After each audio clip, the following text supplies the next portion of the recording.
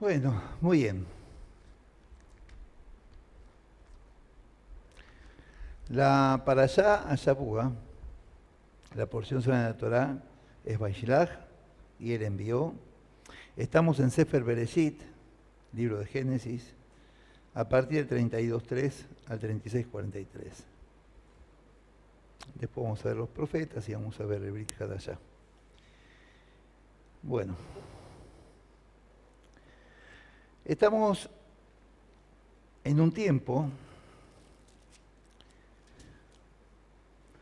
primero, que estamos viendo qué pasa con nuestro último patriarca, Jacob. Con Jacob se cumple el ciclo de todos los patriarcas y matriarcas, es el último de los patriarcas, y por supuesto Raquel y Lea las últimas matriarcas. Son los que formaron lo que va a ser el pueblo de Israel, que como pueblo se va a concretar recién en Monte Sinai, cuando la entrega de la Torá. Ahí es donde se conforman como el pueblo de Dios, pero ya era el pueblo hebreo. Recordemos que a partir de Abraham surge el primer hebreo. Abraham Avino fue el primer ibrí, Abraham el ibrí. A partir de ahí aparece la palabra hebreo, a partir de Abraham. Y se concreta con su descendencia, como está estipulado en el libro de Génesis, en Sefer Bereshit. Y acá llegamos a la concreción del último patriarca junto con las 12 tribus. Él fue el padre de las 12 tribus, sus hijos, su descendencia. Y esto cumple un rol fundamental. Acuérdense cuando vimos a Isaac. Isaac no hizo nada, ni como Abraham ni como Jacob. No escapó de ningún lado, no se peleó con nadie, no tuvo que combatir con nadie. Ya vimos que le tapaban los pozos y los volvía a abrir, no guerreó nada. Isaac fue el nexo entre Abraham y Jacob. Y acá en Jacob suceden muchas cosas con Jacob. Porque es el que en definitiva va a preparar las 12 tribus a través de su ejemplo con sus hijos. Por eso hay que tener mucho cuidado qué ejemplo le damos a los hijos. Tenemos que cuidar muy bien cómo actuamos y lo que transmitimos. No solo a través de la palabra, sino a través de los actos, a través de las cosas chiquitas cotidianas. Porque él esto va marcando a sus hijos. Algunos salieron un poco fallando también, como Rubén, que se acostó con la concubina de su padre y perdió la primogenitura y la tuvo Judá.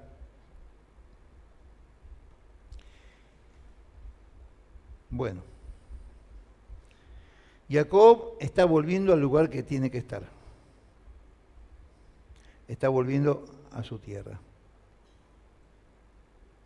Y se va a encontrar con su hermano, con Esab. Todo un problema. Jacob viene a afrontar algo muy duro.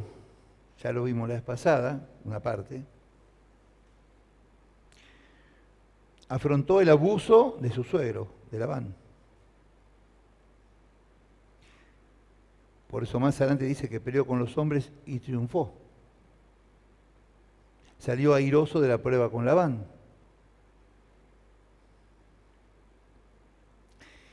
Jacob era un hombre que no quiso guerrear, no le interesó. Él ya tenía gente, ya tenía siervos, ya tenía todo una especie de ejército. Y él podía hacerlo matar a Labán. No lo hizo. Era un hombre que amó con locura, porque él amó a Raquel. Labán lo engañó. Trabajó 7 años para nada, porque no tuvo la mujer que él amó. Cuando Labán le dijo que se le iba a entregar, lo engañó. Claro, él también engañó a su padre, a Isaac, se disfrazó de Esaú. Y por amor a Raquel, trabajó otros 7 años gratis. Porque amó a Raquel por sobre todas las cosas. y por amor hizo lo que hizo. Era un hombre que sabía del amor, amaba. Por amor se dejó abusar, se dejó explotar. Por amor, hombre de Dios. Un hombre que entendió el amor de Dios. Él nos legó esto a través de Abraham, después Isaac y Jacob. Son los que nos legaron, ellos y sus esposas, esta fe en este Dios. Pero son hombres y cometen errores. Son hombres. Un hombre de paz y un hombre que amó. ¿Y Dios qué quiere de nosotros? Lo mismo que nos da, amor. Y shalom, la paz de Dios. Esos fueron los patriarcas, hombres de paz y de amor. De ellos heredamos la fe.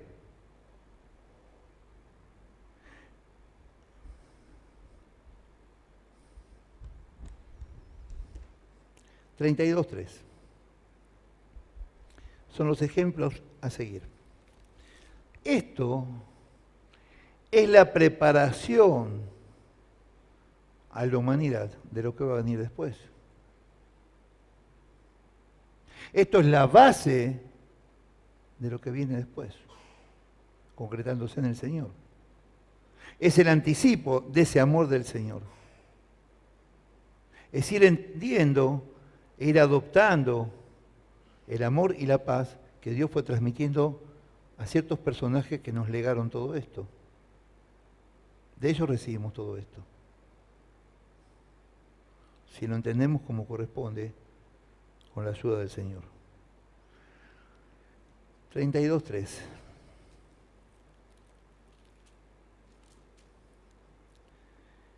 Envió Jacob mensajeros por delante al encuentro de su hermano Esab. Yo digo Esab porque es el nombre en hebreo, Esaú es la traducción. A la tierra de Seir, campo de Edom. Edom, los edomitas, es el pueblo de Esaú. De él vienen los edomitas. Edom viene de Adón, que es rojo, el guiso rojo. De ahí vienen los edomitas, descendencia directa de Esaú. 4. Y los mandó diciendo a sus mensajeros: diréis a mi señor Esab, así dice tu siervo Jacob, con Labán he vivido y con él he estado hasta ahora. Pero fíjense cómo dice el texto, esto es lo interesante. Por eso siempre digo, hay que analizar el texto palabra por palabra, cómo está expresado. Y acá pasa algo muy especial. ¿Qué le anunció Dios a Rebeca, cuando iban a nacer? Que el mayor iba a servir al menor. Lo mismo que con Efraín y Manasés. Lo mismo que con Cam, con Seb y Jafet. Que el menor iba a servir al mayor, ¿cierto? Perdón, que el mayor iba a servir al menor. Hoy compréndanme. Estoy medicado hasta acá. Pero estoy leyendo una Biblia verdadera, quédense tranquilos por ese lado.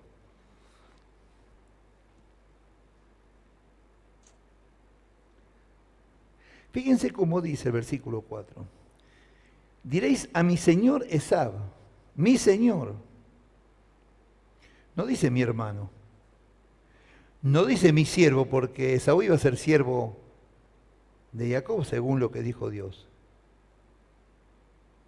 Nunca Esaú lo sirvió a Jacob, jamás. Diréis a mi siervo Esaú, así dice tu siervo Jacob. Él se ponía como siervo en esta expresión de Esaú.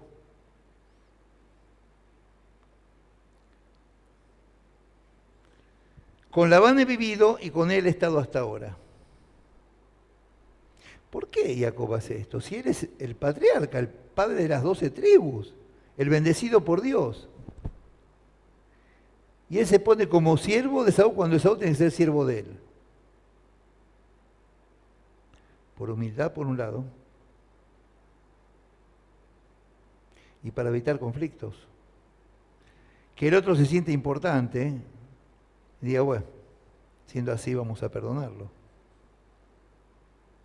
El Señor nos dijo, manso como la paloma y astuto como la serpiente. Lo dijo después, pero parece que los patriarcas lo tenían incorporados. 32:6. Los mensajeros regresaron a Jacob y le dijeron, vean lo que dice acá el texto. Fuimos a ver a tu hermano Esaú. No dicen al Señor, a tu Señor, a tu hermano le dicen. Para los mensajeros, Esaú y Jacob eran iguales, hermanos, punto, se terminó. No dicen, como dijo Jacob. Fuimos a tu hermano Esaú, él también viene a recibirte, y 400 hombres vienen con él. Según algunos textos hebreos dicen que eran 400 generales del ejército de Esaú. Difícil que por afecto venga saludado con 400 generales, ¿no? Medio como que no creíble, ¿no? Como que venía a otra cosa, parecería, ¿no? Nadie viene con 400 personas a abrazar a su hermano. Sería como mucho, ¿no? Bueno.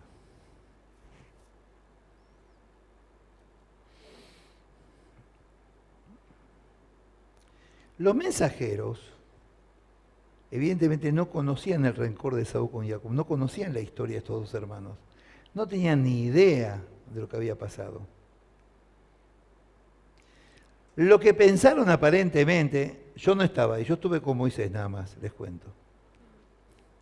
Lo que creían aparentemente, que él traía una escolta de honor para agasajar a su hermano, porque era un hermano que volvía para los mensajeros.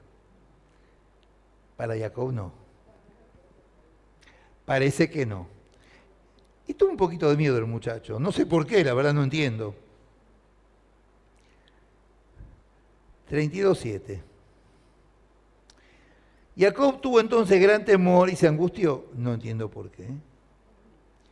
Y distribuyó en 2 campamentos del pueblo que tenía consigo, y las ovejas, las vacas y los camellos.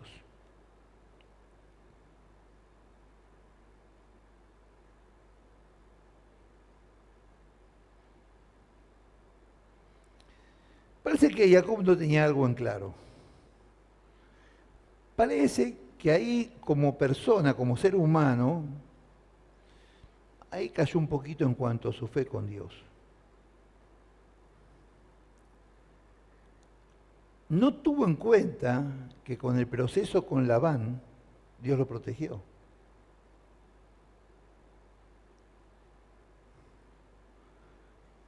Se pudo ir sin que Labán lo persiga, a pesar de que lo siguió y todo eso, pero logró, después con el diálogo, que lo deje tranquilo. Y Jacob sabía que fue la protección de Dios con respecto a Labán, que fue Labán que obró para que él se pueda ir de la explotación de su suegro. Pero acá no tenía puesta la confianza en Dios. Esto nos suena un poco conocido, ¿no? Porque es muy actual.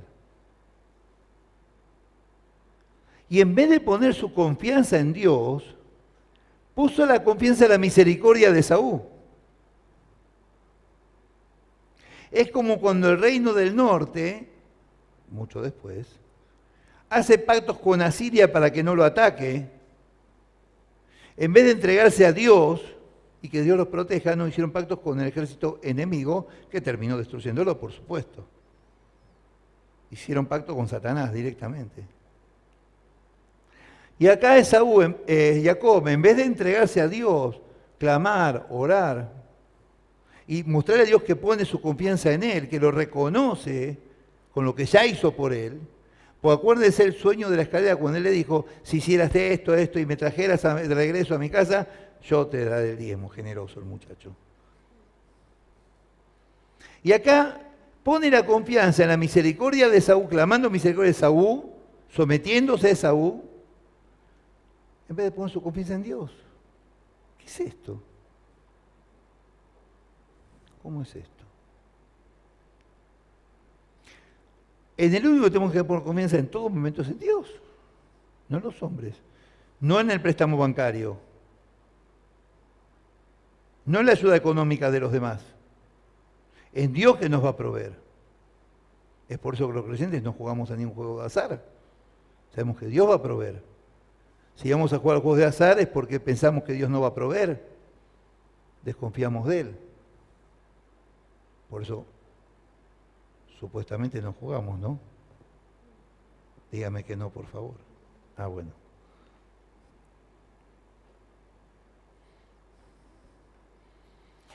(32:11) Líbrame ahora de manos de mi hermano, de mano de Esaú, porque le temo. No venga acaso y me hiera la madre junto con los hijos. Ahora, ¿por qué le iba a temer? ¿Por qué Labán no le temió cuando lo perseguía? Y el hermano sí. Si Dios lo protegió de Labán, ¿por qué no lo va a proteger de Esaú? ¿Cómo es posible esto? Pero digamos, uy, qué desubicado, Jacob, podemos decir. Porque acá a la distancia es fácil juzgar. Pero ¿y nosotros? Con todos los milagros que conocemos y la protección de Dios que conocemos, ¿cuántas veces no ponemos la confianza en Dios y tenemos miedo? Y nos preocupamos qué va a pasar mañana. Cada día su propio afán. El maná cayó todos los días. ¿Por qué vamos a tener miedo de lo que va a pasar mañana si Dios va a proveer? Siempre que hagamos las cosas como corresponde, claro. Tenemos que revisar cómo está nuestra fe y nuestra postura ante Dios. Hay que revisarla a cada momento para que no se vea deteriorada. No sea cosa que el Señor venga y no estemos preparados, ¿no? Como decían allá, no, pero esto es actual también. Es la forma de ser del hombre, del ser humano, lamentablemente.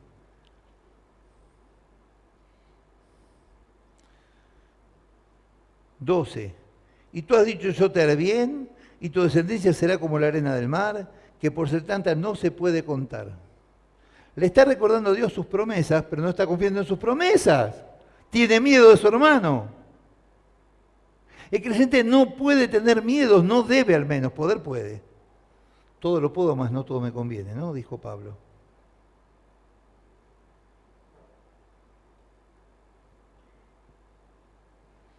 Si él recuerda las promesas de Dios y las vio.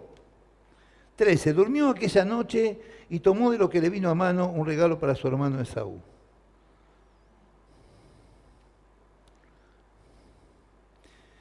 Volvemos. En lugar de confiar en el Señor, preparó regalos para su hermano para comprarle su misericordia. La misericordia de Dios, como la salvación, no se compra. No se compra. Es un regalo de Dios. En lugar de confiar como Abraham confió en este Dios, como Isaac confió en este Dios, no, él tenía miedo. No la tenía muy clara el muchacho todavía, habría que disipularlo, ¿no? ¿Qué les parece?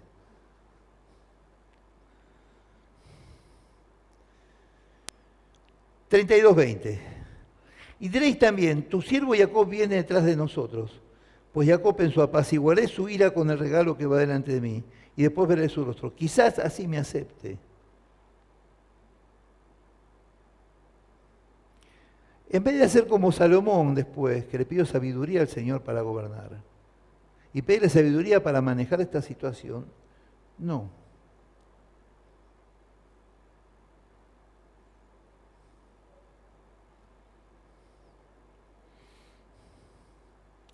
Apaciguaré su ira con el regalo delante de mí, y después veré su rostro. Quizás así me acepte. ¿Cuánto mejor es decir, pensar, hacer las cosas para que Dios me acepte como su hijo y ser un digno hijo de Dios, cumpliendo con las cosas que tengo que cumplir, con mis fallas humanas naturales, y cumplir con Dios, no con los hombres? Al cumplir con Dios automáticamente voy a cumplir con los hombres, por supuesto. Pero de todo en mi Dios, en mi Señor, que es el que me creó y me formó y el que me mostró su misericordia, la verdadera, no la humana, que es mentira la humana. 24.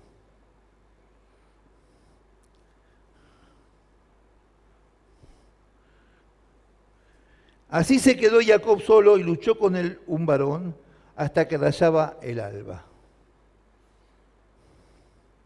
Bueno, esto de la lucha con el varón, 2 días podemos estar hablando de esta lucha con el varón.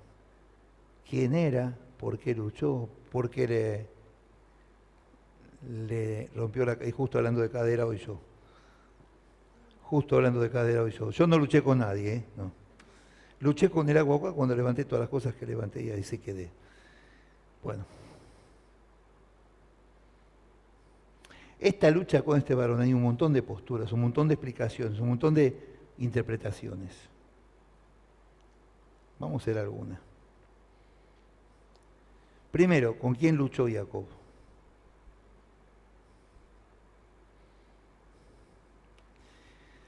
Hay quienes sostienen dentro de la exégesis hebrea, nuestros sabios, que fue un ángel que cubría a Esaú. En el judaísmo se creen los ángeles, por supuesto, y los arcángeles. No en los santos y en las vírgenes, por favor. Por lo tanto, si tomamos esta explicación de que fue un ángel de Esaú, que protegía a Esaú, se compara a la lucha del bien con el mal. Esaú representaba el mal, por supuesto, y Jacob el bien. Otros sostienen, y en eso yo también creo, que era un ángel de Dios, como el ángel que le anunció a Manoa y su esposa que iban a tener un hijo, Sansón.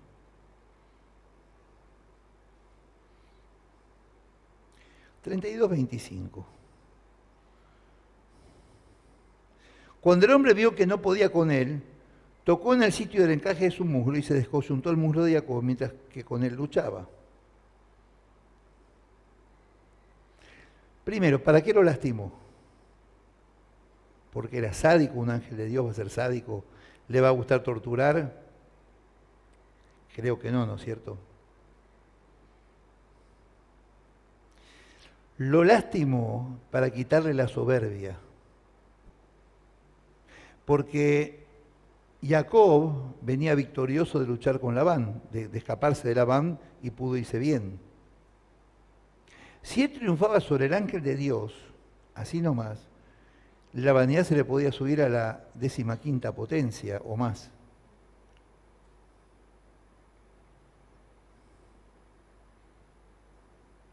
Era para que no se sienta tan vencedor, que no era todopoderoso, que no era Dios. Para bajarlo a la humildad, en todo caso.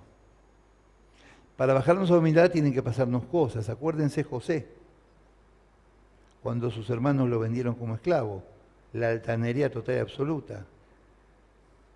Las estrellas se van a inclinar ante mí y el sol y la luna, es decir, sus hermanos y sus padres. Y eso costó ser esclavo, prisión. El mismo José que después, siendo poderoso, abrazó a sus hermanos y los perdonó y no los castigó, no se vengó. Porque el Señor le puso pruebas para bajarlos a la humildad. Por lo tanto, cuando pasamos pruebas, muchachos y chicas, hermanos, hermanas, familia de Dios, ¿qué le dijo Josué? Dios es fuerte y valiente, no temas ni desmayes, tu Dios estará contigo donde quiera que vayas, ¿no? La gente de fe tenemos que ser valientes y lo que viene a afrontarlo con todo el pecho, pechito argentino como quien dice. Bien hombre y bien mujer. Nada de llorar, uy, mira lo que me está pasando y ponernos en víctimas. Son pruebas que hay que pasar. De todas formas, nadie pasó más pruebas que el Señor, ni iguales, para que seamos salvos nosotros sin ser culpables de nada. Así que bancarse las pruebas que vienen y no quejarse con Dios. Decirle gracias, Señor, porque no fue peor. Incluso el que se le muere un hijo. Hay otros que se le mueren 3, 4 hijos. No sé si se me entiende. Me decretaron cáncer. Sí, hay hay chiquitos que se murieron de cáncer apenas nacieron o cuando eran chiquititos. Hay que pensar que siempre hay quienes sufren más que nosotros. Decir gracias que no sufrimos más de lo que estamos sufriendo. El Señor no nos pone pruebas que no podamos sobrellevar, está claro. Entonces cuando vienen, sonrisa porque el Señor al final nos está esperando, siempre.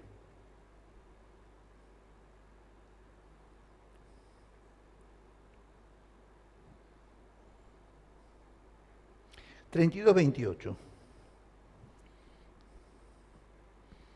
Entonces el hombre dijo, ya no te llamarás Jacob, sino Israel, porque has luchado con Dios y con los hombres y has vencido.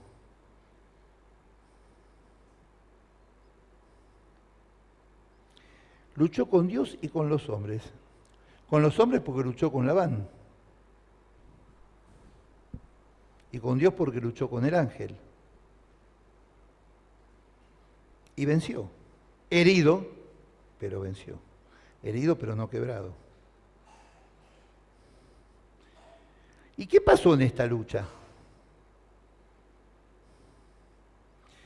En esta lucha, ¿qué le hizo conocer Dios a Jacob? Porque sabemos que Dios siempre se trae algo entre manos, que no es porque sí las cosas, no es casual, ni es porque sí. Que no conozcamos la explicación no significa que no la haya. ¿Está bien? Si yo cierro los ojos y digo, no me ven, no es que no me ven, yo no los veo, pero ustedes me siguen viendo a mí, ¿no? El famoso jueguito de los chicos. No significa que no haya gente, significa que yo me cierro los ojos y no los veo. Bueno, esto es lo mismo.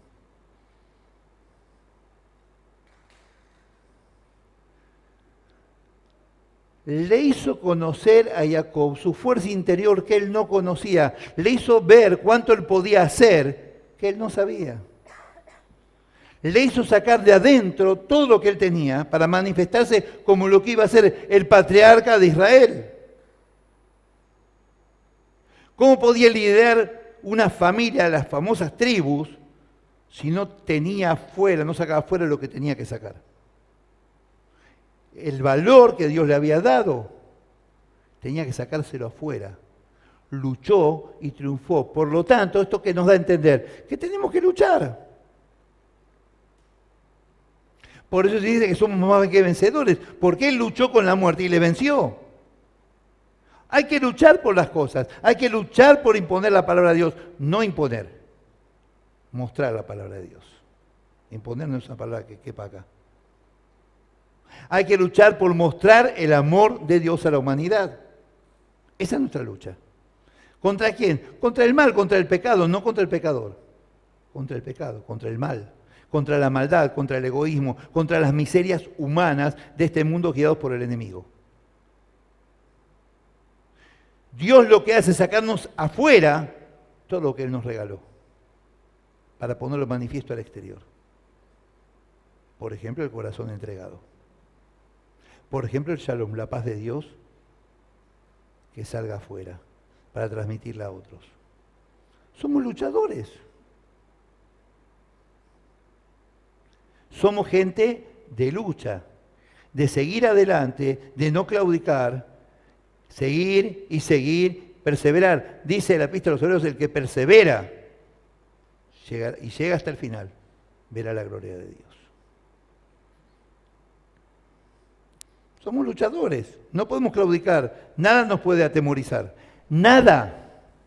Dios está con nosotros, Él es nuestra vanguardia, no nuestra retaguardia. Él va adelante mostrándonos el camino y ese camino hay que seguir. Y no importa lo que se ponga en el camino, lo podemos saltear sin lugar a dudas.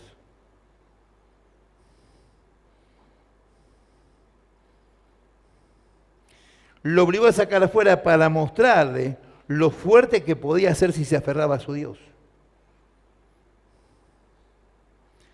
Porque sería imposible que si Dios lo hubiera querido, el ángel no lo hubiera derrotado. Dios no podía lograr que el ángel lo derrote a Jacob, vamos. ¿Quién puede contra Dios? ¿Un simple hombre? Por más que sea Jacob. Nadie puede contra Dios. Dios lo permitió. ¿Quién puede creer que un ser humano puede luchar contra un ángel de Dios? Vamos, no es posible. El que cree eso es un inocente. Nadie puede tragarse esta mentira.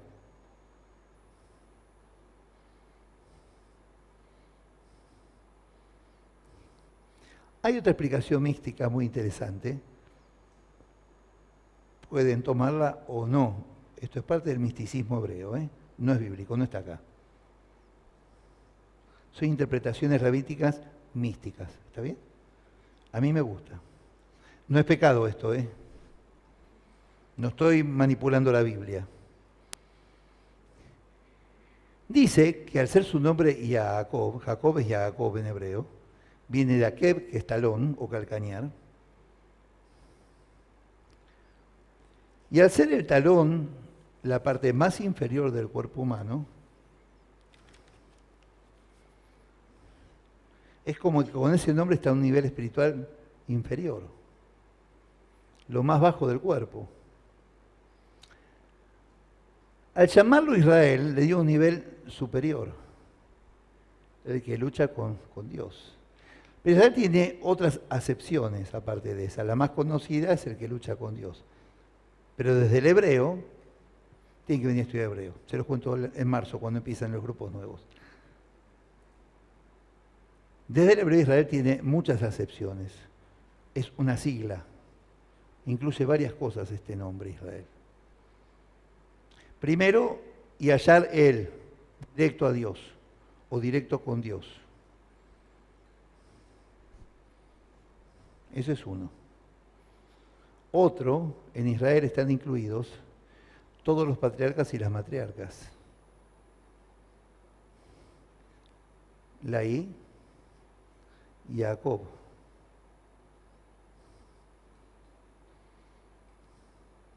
La S, Sara. La R, Raquel y Rebeca. La Aleph, que es una muda que está en la palabra Israel, que desde el castellano no se ve, es Abraham. Lea, Raquel, con la R. Están todos los patriarcas incluidos y las matriarcas. Es un nivel espiritual muy fuerte. Y Jacob es el último de los patriarcas. Y en definitiva, el padre de las 12 tribus.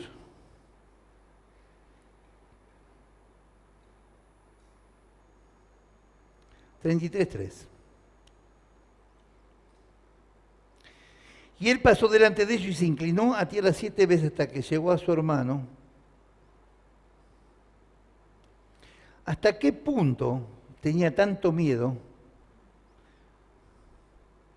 sin haberse puesto a hablar con Dios, para que lo guarde, y sin acordarse que el Señor le había dado su promesa?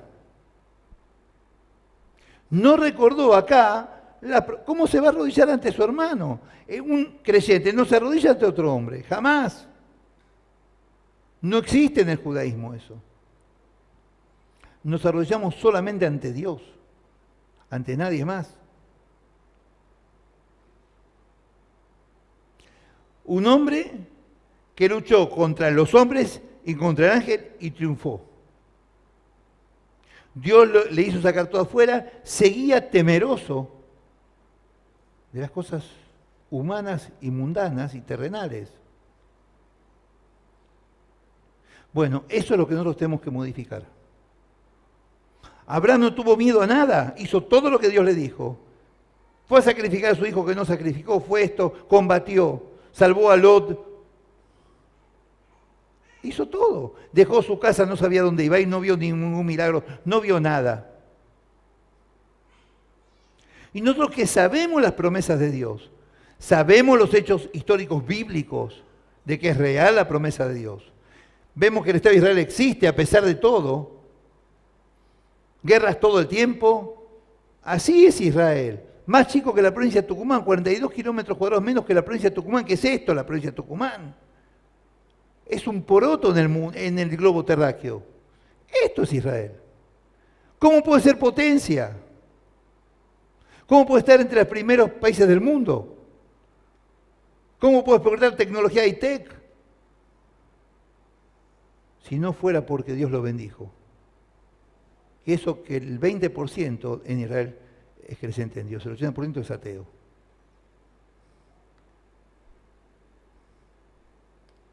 Tenemos pruebas claras del milagro y el amor de Dios y el poder de Dios. ¿Cómo podemos tener miedo y desconfiar de que sea cierto lo que nos promete? ¿Cómo puede ser que seamos así? ¿Cómo puede ser? No es creíble esto. Parece fantasía, es de terror. Es terrorífico.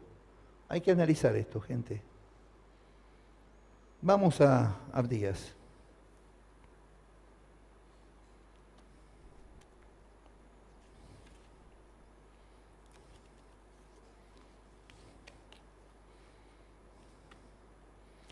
Ahora, pese a todo, él siguió para adelante. Él siguió y perseveró y formó las tribus y bendijo a sus hijos y nos legó la transmisión de esta fe en este Dios.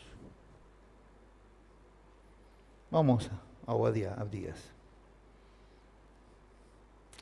Obadías es un personaje muy especial. Era de origen edomita. Abdías venía de Edom, no era hebreo.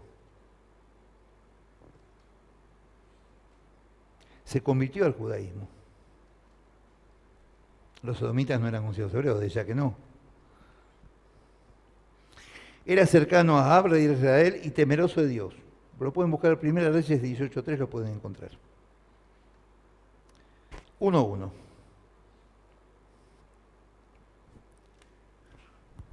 Visión de Abdías.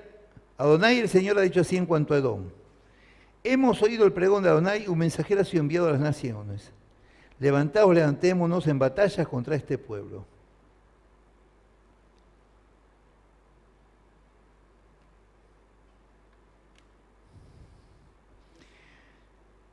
Abdías era descendiente de Esaú, es el mismo que aparece en 1 de Reyes 18:3 y 4. Esto durante el reinado de Ahab, en los tiempos de Elías Anabí, Elías el profeta.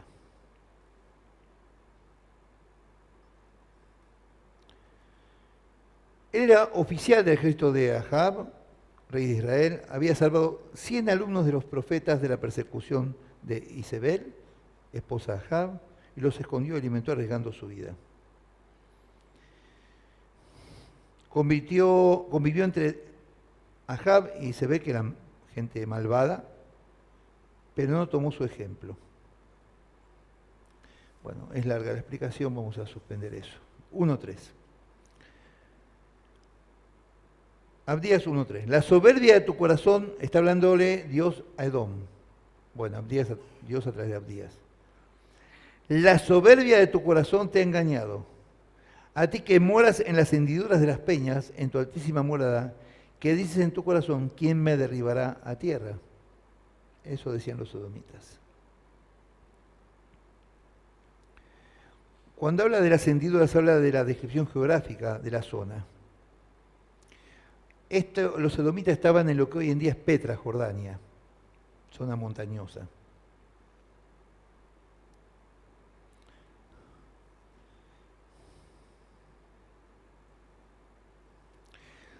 Cuando dice acá quién me derribará, que así pensaban los edomitas, lo mismo pensaron los egipcios, los sirios, Babilonia, Roma, los nazis, el Islam, la Inquisición, los cruzados, los idólatras y demás. ¿Quién los va a derribar? ¿Quién los va a tocar? Todos los imperios, ¿dónde están? ¿Quién sabe?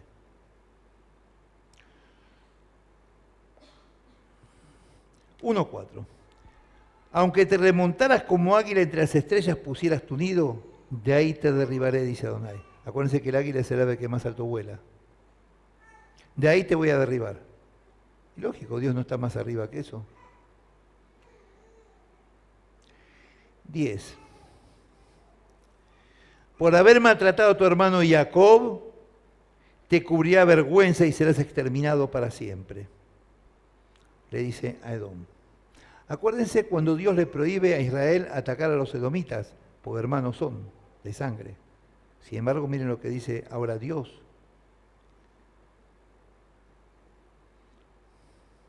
10. Por haber maltratado a tu hermano Jacob, te cubrirá vergüenza y serás exterminado para siempre. Cuando dijo que Jacob le robó su primogenitura y en realidad se la vendió por el guiso de lentejas. ¿Se acuerdan del pasaje? Me imagino. Lo difamó. Porque sí se disfrazó, pero el guiso se lo vendió. Jacob le dijo, te lo cambio, dijo, ¿para qué la quiero? Total, yo voy a morir. No valoró la primogenitura, no le importó. 1:12, no debiste alegrarte del día de tu hermano, del día de su desgracia, no debiste alegrarte de los hijos de Yehudá. El día en que perecieron ni debiste burlarte en el día de su angustia. Los semitas se burlaban cuando Judá fue destruida y llevada prisionera a Babilonia. 14. Tampoco debiste haberte parado en las encrucijadas para matar a los que de ellos escapaban, ni debiste haber entregado a los que quedaban en el día de angustia. Es cuando fueron perseguidos los hebreos y los semitas festejaban eso y además iban a llevarse lo que había quedado por ahí.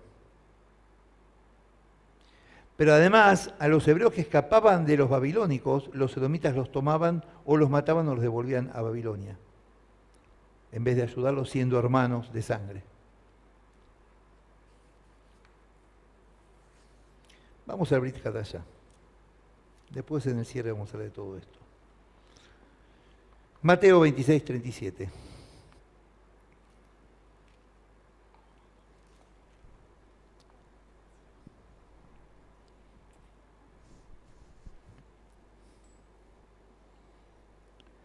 Y tomando a Pedro y a los dos hijos de Zebedeo, comenzó a entristecerse y a angustiarse en gran manera.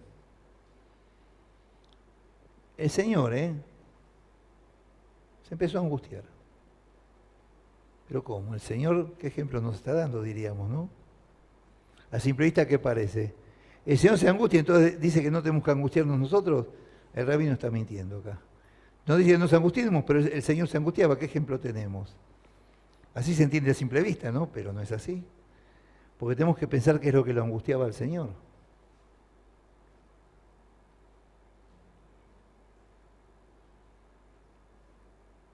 (38) Entonces Yeshua les dijo, mi alma está muy triste hasta la muerte. Quedaos aquí y velad conmigo. Lo que le dolía al Señor no fue al psicólogo, Estaban de huelga en ese tiempo. Era la separación del Padre. En la muerte él iba a estar separado del Padre. Porque tenía que morir la muerte del pecador, porque tanto el pecador está distanciado del Padre. ¿Se entiende lo que le estaba pasando al Señor? Y además no siéndolo. Era la separación física de su divinidad.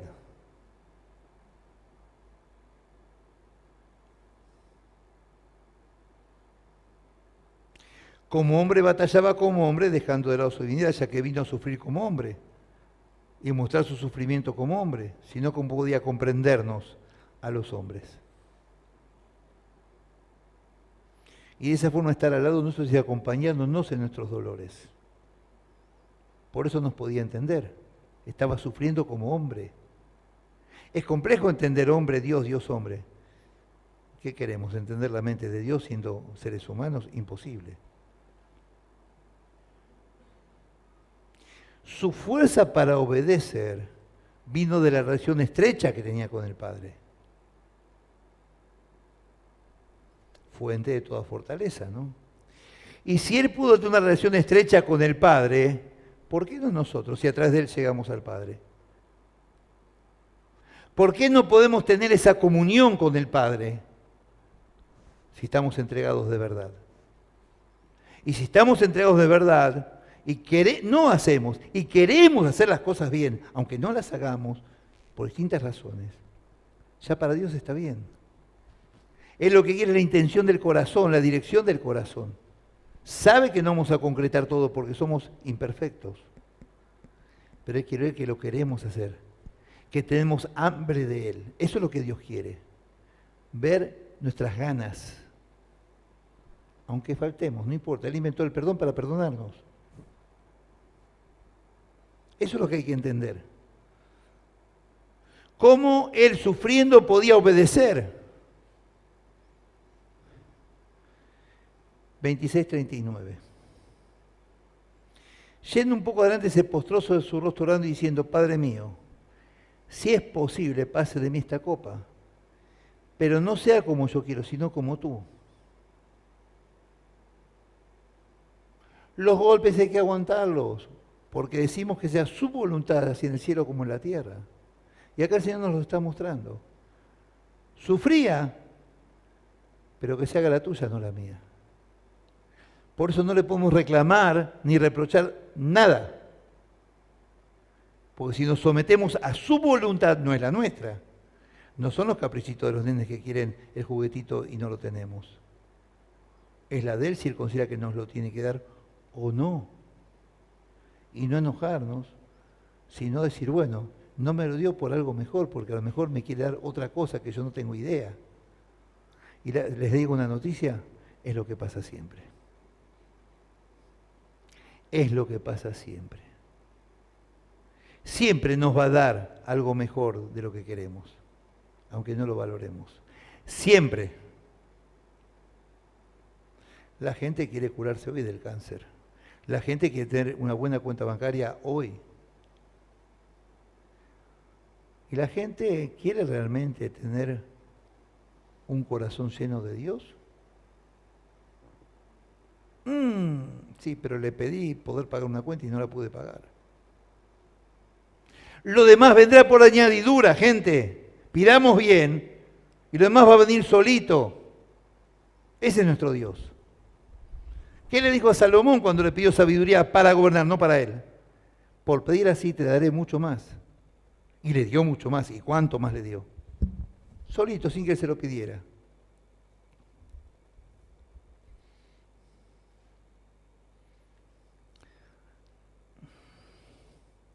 Si es posible, pasa de mí esta copa, pero si no sea como yo quiero, sino como tú. Si tengo que afrontar lo que sea, lo tengo que afrontar. Pero Él me va a guiar y me da la fuerza para afrontarlo, sin lugar a dudas. Otros no tienen eso. A Jacob le hizo daño para que baje la humildad, para que no se le suba, para bien de él. Por eso pudo legar lo que legó, si no, chao.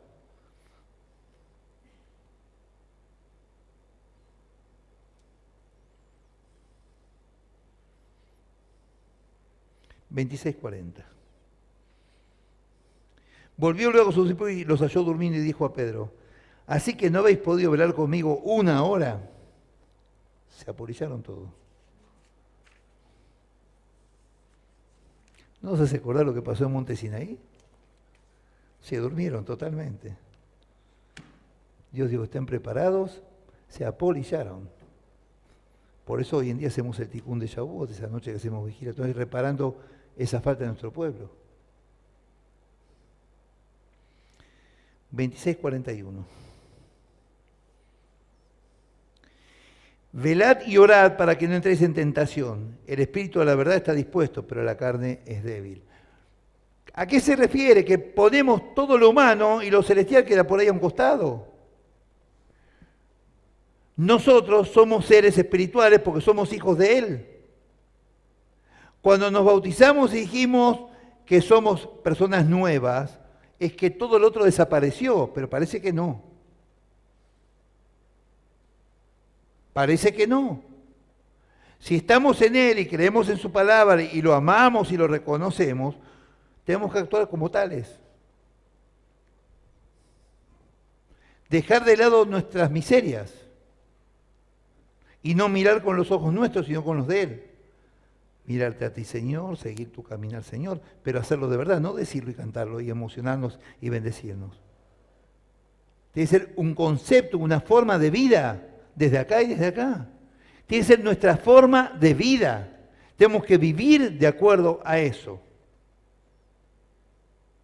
Vivir de acuerdo a eso, no de acuerdo a la gente que pasa por la calle que no lo conoce. Sino, ¿dónde está la diferencia? ¿Que venimos en un salón, nos bendecimos y nada más? No. Es una forma de vida, adoptamos una forma de vida diferente en Él. Por eso cada congregación tiene una congregación de gente feliz, a pesar de los problemas. Porque sabemos que todo se va a solucionar. Hay esperanza, hay tikvá, esperanza, porque Él está detrás de todo. Nada que Él no quiera va a pasar. Y nada que Él quiera va a dejar de pasar.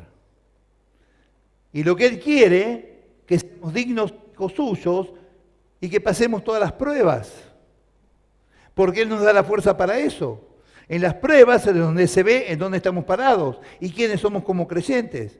Si nos lamentamos y le pasamos factura, o decimos, Señor, gracias porque no fue peor, y gracias porque sé que voy a salir con tu ayuda. Sin vos no puedo, con vos puedo todo, todo lo puedo en mi Señor. Entonces, ¿por qué nos vamos a afligir y preocupar? ¿Por qué le vamos a dar lugar al enemigo a que disfrute? Cada vez que bajamos la guardia en él, el enemigo entra, disfruta. Ah, mirá, le salió mal, mirá estos, ahora van a ser míos. O por lo menos un ratito juego con ellos. No, no, bajo ningún punto de vista. 26:53. ¿Acaso piensas que no puedo ahora orar a mi padre? Ah, cuando Pedro le cortó la oreja, y él le agarró ahí quiso. Y el Señor le dice, lógico, ¿acaso piensas que no puedo ahora orar a mi padre y que Él no me daría más de 12 legiones de ángeles? Yo necesito que vos agarres la espada. ¿Sabes que en nombre de mi padre hago así y puedo hacer un desastre acá?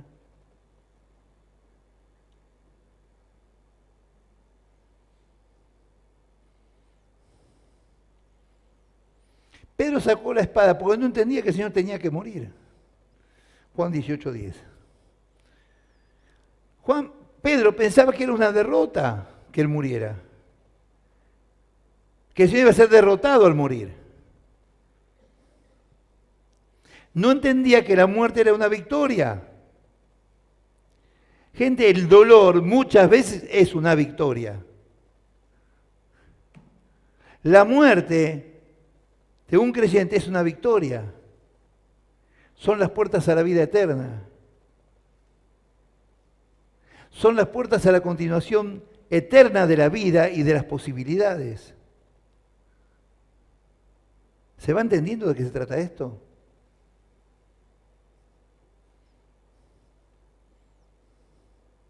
Él pensaba como humano, Pedro, acá. No pensaba como un creyente. La salvación es por fe y no por armas. No se conquista con armas la salvación, ni comprándola. ¿Se acuerdan de aquel que quería comprar la salvación a Pedro? Es personal, no hay forma. Dios decide a quién salva. Esto no lo entendía el pueblo hebreo. ¿Y el pueblo gentil sí? ¡Tampoco! Tampoco los griegos también creían en los dioses del Olimpo. Y que el Señor, el Mesías, tiene que ser uno que venía con armas como los dioses del Olimpo, con poder y fuerza militar. 26:54 para terminar. Y mi cintura aguanta. Pero ¿cómo entonces se cumplían las Escrituras de que es necesario que así se haga? El Señor le está mostrando que este era el plan de Dios, que Él tenía que morir para vivir. Para nosotros la muerte es vida. Tenemos un Dios de vida. ¿Se acuerdan la parashá Hayé y Sara, la vida de Sara? ¿Cómo empieza? Con la muerte de Sara. En la muerte se empieza a vivir la vida eterna. Esta vida es transitoria, es temporaria, se termina. La otra no. Es la eternidad. Por lo tanto, ¿de qué estamos hablando en todo esto? Jacob, la lucha del bien contra el mal. Lucha con el ángel, lo lastima. Él puede dicho, ¿qué me hizo? ¿Me lastimó? ¿Me cortó? ¿Me reventó la cadera? Voy a rendir el resto de mi vida. ¿Dijo eso? No. Salió airoso. ¿Qué importa que lo lastimó y quedó rengo? Tuvo la bendición de Dios de ser el padre de las 12 futuras tribus del pueblo de Israel. Venció a Esaú, venció a la maldad, venció a Labán, un luchador que se aguantó todas por la mujer que amó. Siguió el camino de Dios y volvió a la tierra antes de volver cuando estaba su hermano al que le tenía miedo, pero sin embargo afrontó igual los miedos y se animó a luchar con el ángel. En los días vemos cómo Dios juzgó a Edom y le dijo, fuiste, no entras en mi cuenta, no entras en mi cuenta. Lo que hiciste por mi pueblo, no te lo voy a perdonar. Y el Señor, mostrando que siendo el Señor, está dispuesto a sufrir, porque es la voluntad del Padre, y a sufrir el tremendo martirio, porque es la voluntad del Padre. Y si Él siguió la voluntad del Padre y reconoce que tiene que hacerse su voluntad, ¿quiénes somos nosotros para decir que no? Para imponer la nuestra. Y que Dios haga lo que nosotros queremos que haga con nosotros, y que Dios nos conceda lo que nosotros queremos, no importa lo que Él quiera. Así somos, así demostramos que somos. No. Y si Él decidió que no nos va a dar esto, gracias Señor, porque evidentemente tenés mejor planes para mí que los que yo tenía para mí. Esa es la postura del creyente. Siempre, en cada momento, darle gracias por lo que sea, lo malo y lo bueno. De lo malo sacamos experiencias para afrontar lo que viene después. Es la preparación para lo que se viene. Y bendito Dios que nos prepara, si nos dejamos preparar. Que el Señor les bendiga.